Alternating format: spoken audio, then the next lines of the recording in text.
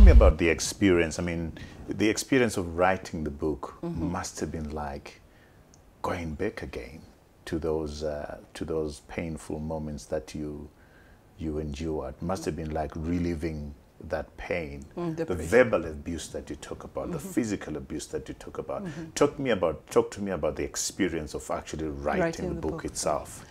I think writing the book was not so difficult, because ever since I discovered that I didn't have to keep the pain to myself, that I could not just talk to myself and God, but I could go and talk to somebody. Bit by bit over the years, I was able to release the pressure of all of that. And then I think my role as a pastor, my role as a counselor, also helped, because I remember even when I went through counseling school, one of the things I did was to practically go for counseling myself, because I wanted to see how the professionals did it. But I didn't know that this was real. And as I went through the counseling sessions, there are certain things that I was able to release, and I cried my heart out and all of that.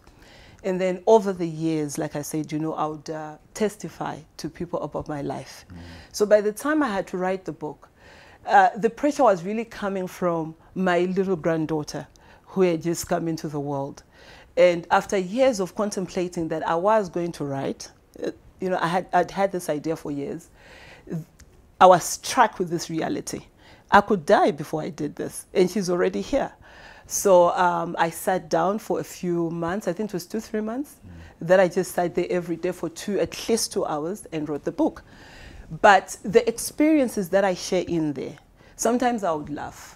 And sometimes I would look at this and just look up to heaven and say, but God, you're great. Because here I am today, and I'm able to smile having gone through this, you know, and this is going to be used for the good of somebody.